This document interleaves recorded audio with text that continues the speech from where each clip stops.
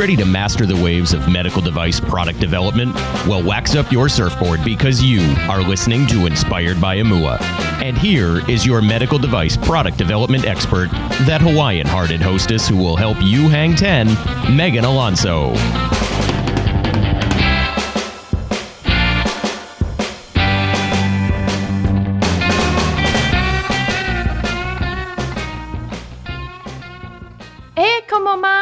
And aloha, innovation warriors. It's Meghan Alonso, and you're listening to episode 74 of Inspired by Imua, where I talk with medical startups and industry experts that inspire every Tuesday. Are you in a science field and trying to commercialize your technology? Get the business skills you didn't learn in school over at imua-services.com/blueprint. Imua is spelled I-M-U-A, and it's a Hawaiian word meaning to advance forward with passion despite rough waves. Again, that address is imua-services.com/blueprint. Now, let's catch the wave of medtech innovation with today's featured guest, Virpi Muhonen. Virpi, are you ready to hang 10? Yes, absolutely. All right. Virpi is passionate about regenerative medicine, especially regeneration of articular cartilage. She holds a PhD in cell biology and has a strong background in orthopedic research. She's the CEO of Askel Healthcare, a medtech company focusing on cartilage regeneration in companion animals. So that's so cool because I'm such a dog person. And I also want you to give us a little bit more depth behind that introduction. Okay, so, we have a really long scientific background. So we have been focusing on cartilage regeneration and tissue engineering the past, let's say, more than 7 years. So we have been working on this different research project, trying to figure out the best possible way to regenerate a tissue that normally doesn't regenerate at all. So we have been working on that. And the past few years, we've been more focused after our discovery, basically, that we found medical this like biomaterial scaffold that is really great for cartilage repair. And then we focused on bringing it closer to the market. And now in March this year, we were ready to leave academia and start our quest in the entrepreneurial world. So basically, the whole research team jumped away from the academia, and we are now part of the startup. That's awesome. And so for our audience, tell us where you're located. Oh, I'm in Finland, in the capital, in Helsinki. So far away from you. Yeah, but we're talking through the magic of Skype here. Yes. So I was going to ask you what you're an expert at, but it's obviously cartilage regeneration. Where did you get your start when you were in academia doing all the research, and what led you to this? Oh, basically, I did my PhD in cell biology, in more like stem cell biology and so forth. But this has always been something around orthopedic research. And I was focusing on bone research when I did my PhD. And then after my PhD, I had my maternity leave. And then I was ready to come back to work. And I was checking out like interesting kind of postdoc positions. And I found out this cartilage repair group. And it was kind of a nice way to move from the bone to the end of the bones and start researching cartilage tissue. And that's how I kind of ended up in the cartilage research field. And I have been really happy because it's just a big enigma in a way. It's a small layer of tissue, but it's so specific and so intriguing. So I'm really happy that I moved inside the bone to the end of the bone. Yeah, that's really interesting. And I like the progression. You know, you're always learning. Learn about cells, and then you're studying specifically the bone cells, and then you're kind of moving your way down. So yeah, absolutely. And it's always nice to learn new skills and then use them in something else. That I hate the idea of being kind of repeating, that if I have a lot of expertise, but it's repeating the same thing, I don't like that. I like learning stuff and then trying to use that to learn new things, basically. And being an entrepreneur now is definitely that. It's quite a different thing than being an academic researcher.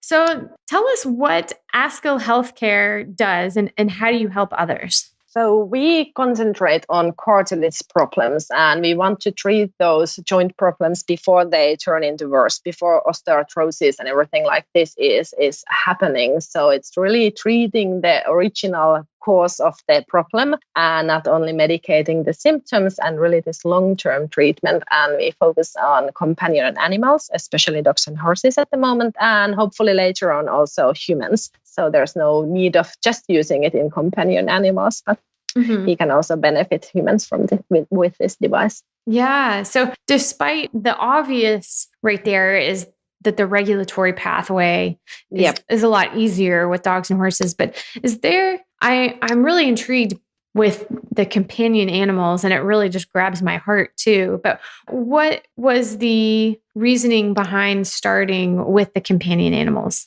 Well, there's few reasons, because when we actually did the whole innovation in a human orthopedic group, and then we were focusing on human orthopedics, but then we kind of started to look around and checking that what's the situation with the veterinary care, and realized that there's exactly the same problem. There's the same thing that companion animal gets this joint lesions, and it develops to osteoarthritis, just like in humans. But in veterinary care, there's actually nothing there in the market. So there's no treatments. It just is like pain allocation and everything like this. So it was really seen as intriguing in business-wise, and also for us as a team, we are dog and horse persons also. So it was really not a bad thing for us as a kind of personal aspect to focus on the veterinary side.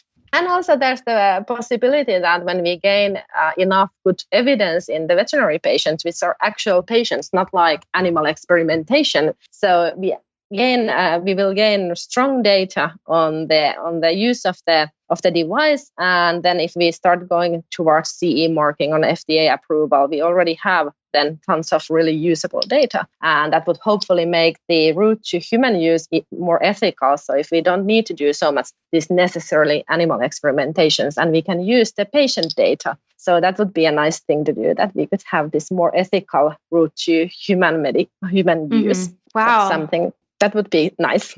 That's so smart. and you're right. You're already doing your animal models right here. Yeah.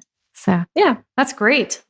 What is your value proposition for your company? Well, we are definitely focusing on preventive care. So treating those cartilage lesions, it's a prevention of osteoarthritis. So we are focusing on long-term well-being and healthy aging of the animals. So our whole value comes from the long-term treatment outcomes and prevention. Yeah, that's interesting. And what is this? It's got to be a large enough problem that you decided to focus on it. Is that because of the size of companion animals tend to be larger? Yeah, absolutely. And the whole field of companion animals and animal healthcare is such a vivid market in a way. If you consider the amount of dogs and horses there are, for example, in States, there are like almost 7 million dogs and so forth. And people are really putting effort, both time and money, for the well-being of their pets. And what they call today, they are pet parents. So people really consider their animals as their children, and in the same way they are willing to treat them, and they require better and better treatments and different options for the animals. So it's kind of a nice place to be, in a way that we have developed something that actually has this medical need, that it's no question if there's need for cartilage repair. There are so many patients, and it's so nice to be able to provide something that is actually healing the tissue, not just treating the symptoms like pain medication and so forth. So I think it's such a nice position to be. Yeah, I like that, actually healing the symptoms. Before I was on the medical device side of things, I worked in orthopedic rehab for humans, and our clinic really focused on that. My area of expertise was the rehabilitation exercises, but I worked alongside with a physical therapist, with a chiropractor, with massage therapists, with a physical medicine and rehabilitation physicians, and nurse practitioners. So we really looked at that. Instead of just giving our patients pain meds, we made them do the tough work, like put in the work, put in the exercises, come into the clinic. And they did like the massage part. But that's all it, and it's not an overnight fix. Absolutely. It takes some time, but it's really better than putting a Band-Aid on the problem or just throwing drugs at it. So we were talking offline earlier. I know you're seeking investment now. So tell me what stage you're seeking. And also you have a crowdfunding campaign. So talk about that. So we are a super young company. So we were established in March this year. And for now, we have been working with angel investment and this Finnish innovation grant. But now we are in the stage that we need, of course, startup always needs money. So we are now seeking for our seed funding. And we decided on, I think it was around mid-June or something, when we actually with the team decided that we will go crowdfunding. So we choose this equity-based crowdfunding platform in Finland called Investor, but it's a global crowdfunding. So there's nothing prohibiting anybody to invest. But it was something a bit different to do as a medical device company to go crowdfunding. And also for us as a young company, it was really this kind of put us in a position that we have to kind of create our own social media presence, web pages, everything, because you need to have those to have a successful campaign. And I think it was kind of a intriguing and a cool way to start seeking funding. Mm-hmm. And it has been going really well. So hopefully we will hit the target. Yeah, I'm looking for it right now.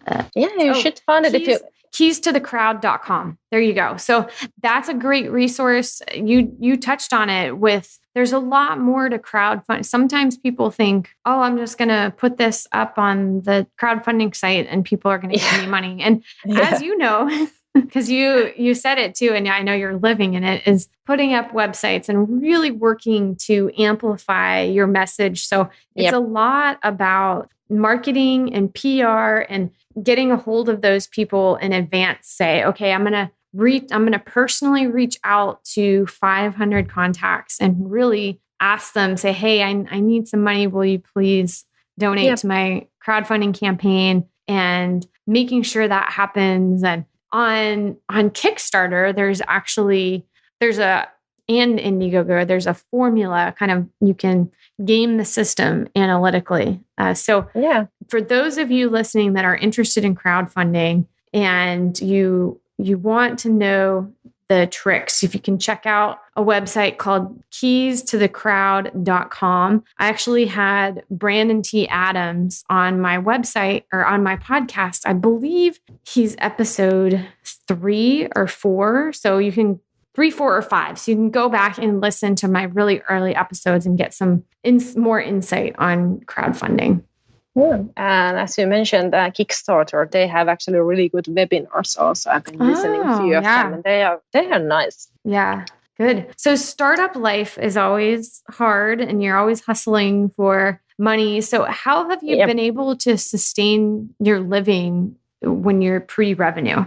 Well, as I mentioned, we had the angel investment, and then we had this Finnish funding agency for innovation that gave us this grant, and that has been the money we have been burning so far. But it all comes down to the team also, that everybody in the team have been working with really low salaries, and they have an equity share also part of the company, so they are kind of rewarded in that way. And it's just a commitment in a way. And research grants still are ongoing in the university side, so it's the combination of this. But of course, when you have family and everything, you can't bootstrap everything like food and rent. So there has to be a revenue somewhere for your own sake. So of course, it's difficult, and you need to just find all the possible sources. Yeah. But it also, of course, depends on the startup. For us, because we had a long research background, we still have those ties to the universities. So there are still ongoing projects and so forth. So it was kind of in a way, a gray area that we started the company. We slowly moved from the university to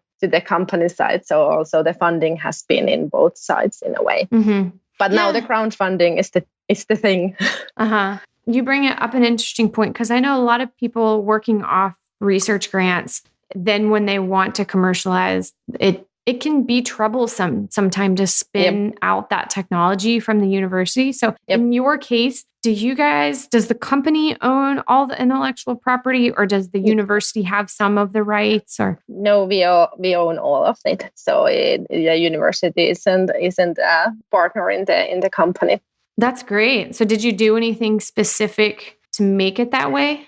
In a way, it was because the innovation or the know-how how to actually manufacture and do the scaffold or the device, it's really an in-house know-how. So there's a lot of these things that you combine the knowledge of the team, then we know how to do it. So it's something that it's not like IPR in that sense that you should or you need to transfer that from the university. It's just the things you learned in your career as a researcher. So that's, of course, a different thing than transferring a patent. But I think in the Finnish universities, at least, they are pro entrepreneurship and so forth. So it's kind of it's doable. But of course, it's always it's kind of problematic in some aspects when the university, of course, feels that they also have ownership to the matters that has been created under their roof. So of course you have to be fair in both sides. Mm-hmm. And I think in some of the universities, especially in Finland, they're not so kind of custom on this. It's kind of new to have researchers starting companies and really bringing innovation to the market. They are more these traditional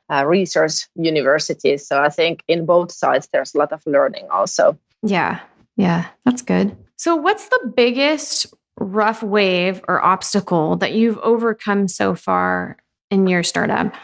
Well, because we have been only operating for a few months, so we haven't had the time to have so much rough waves. Mm-hmm. But I think, of course, it's the funding, because pre-revenue, before you're able to start sales, even though in selling a medical device in a veterinary field, you don't need kind of the regulatory approval, you don't need market authorization. So it's kind of an easy way to go to the market in a way. But still, how you get the first sales and start building the revenue stream and get the funding and everything, I think our rough waves are still to come. Mm-hmm. Yeah, so we'll check back with you in a few years. Yeah, ask me in 6 months. Yeah. So with all of these challenges, well, not challenges yet, but it's still challenging. How do you keep yourself motivated to keep going? Well, it's absolutely, of course, it's always family and friends and things like that are the core, that are backing you up whenever it goes badly or well. That has to be there. But I would say it's the team. Because without the team and the people I work with, I wouldn't ever have even the energy to do all the crazy things that we have to do to get things going forward. Mm-hmm. So it's the people around you, once again, that when you feel like, well, this didn't go well, or something bad results comes, or something where you get the motivation to go forward, it's absolutely the team. And if you don't have their kind of support, I think you're alone, and you can't succeed if you're alone. Yeah, and that goes back to having the right team members, and then that right energy level, and being able to click and work well with each other. And in a way, the crowdfunding has been really motivating, because it's really amazing to see that people you have never met, never heard of, are just kind of trusting your business idea, are giving you money. It's insane in a way that you just see people like investing and you're like, wow, they're really believing in us. I think that's really motivating. Yeah, interesting. So we've heard a lot of good things from Virpi, but we're going to take a break and hear from our sponsors, and we'll come back with her best advice. What do Oprah, Bill Gates, Mark Zuckerberg, and hopefully you have in common? They all read or listen to over 30 books per year. I've got a way you can get there too. I listen to audible.com audiobooks, walking my dog Abby in the car, getting ready in the mornings, and I've got a free 30-day trial for Audible that you can claim over at imua-services.com/free book. Right now, I highly encourage you to check out The Lean Startup by Eric Reis. Are you tired of going to pitch competitions and not getting the investors' attention? Build your pitch the right way with a solid foundation. Invention Idea to Profitable Product walks you through building a startup around your idea, to make you attractive to investors and gives you the perfect pitch in just 100 days. Try it out free at imua-services.com/IIPP. So Virpi, what's the best advice you can give medtech entrepreneurs and startups? I think that kind of I'm such a starter myself at the moment that giving advice to entrepreneurs or startup is something that it's hard to give because I'm still in the position that I need the advices. But I would love to give advice for the researchers or those people who have this tiny entrepreneur living inside them and support them to actually go forward. And I think it's just the advice that even though when you're doing your studies and you realize that you have something cool in your hands and it might be actually something that could be beneficial, but that needs to be commercialized to get it there. And it looks like a huge mountain to climb. It looks impossible. But I think the advice is just that take it one step at a time. And as I mentioned, surround yourself with people who know things that you don't. And just keep on doing it and don't give up. Even though in the academic field, you might get this feedback that researchers aren't good business people and so forth, and this negativity, just don't listen to them and just keep on going. Because I think if you're enthusiastic about what you have and your innovation, you have put so much time and effort on getting where you are. So why give up? So just keep on doing it. It will come. You know, if you took the time and effort to especially get a PhD, you know, you did it.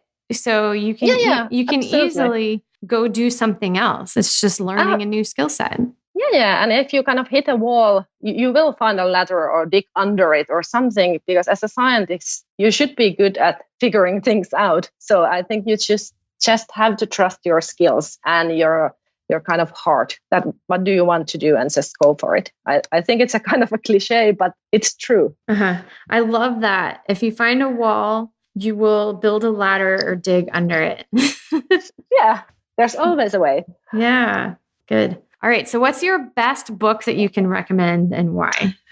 Oh my God, I love books. I still prefer paper over bites. And there's so many. If I should mention something I have been previously kind of like reading in the past year or so, I would recommend the book from Anthony, is it Doerr or Doerr? I don't know how you even pronounce that, but it's All the Light We Cannot See. It's an amazing book, but also I love everything from Kate Atkinson to Patricia Cornwell. I'm a huge Game of Thrones fan. So those books, absolutely. But if I have to mention like the most meaningful book for me, it's this historical novel that was written in 1945 or something. It's a Finnish author, Mika Valtari. It tells about this doctor in ancient Egypt, more than like 100,000 BC. And it made me, I read it first when I was something like 10 or something. It's a huge book, but it made me love like excellent stories. And I think that was the reason also I was kind of drawn to medicine and physiology. And I still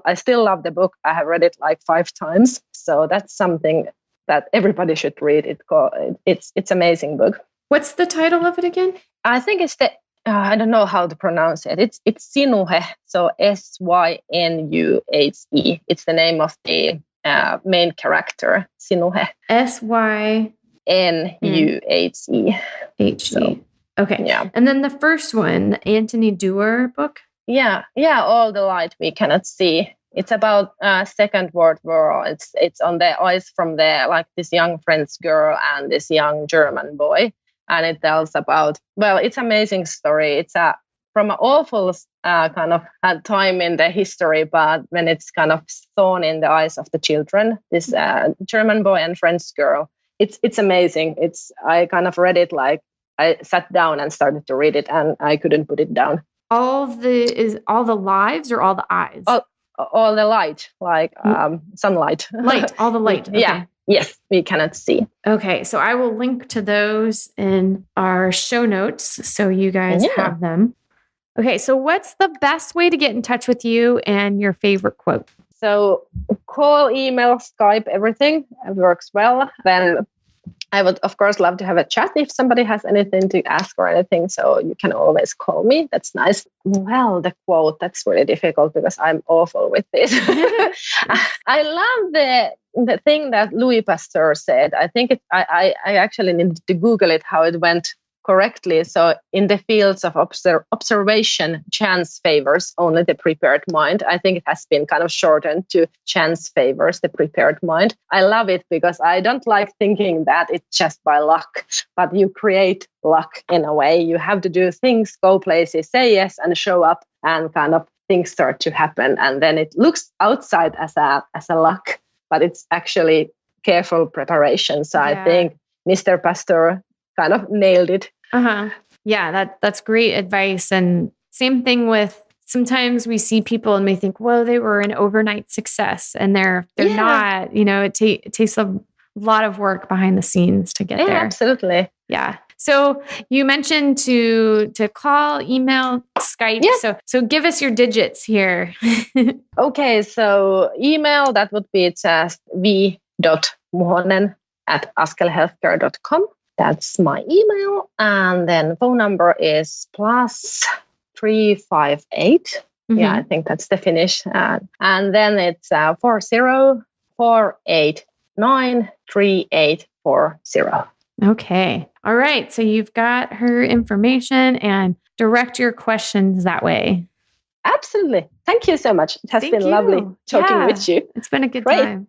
Okay. So Virpi has shared some awesome things today. And I know I, like you, have learned a ton, and I'm feeling ready to go grab my board and paddle out, whether it be the actual ocean or the ocean of innovation. So for more resources, you can check out my website. It's imua-services.com. Until the next episode, Imua.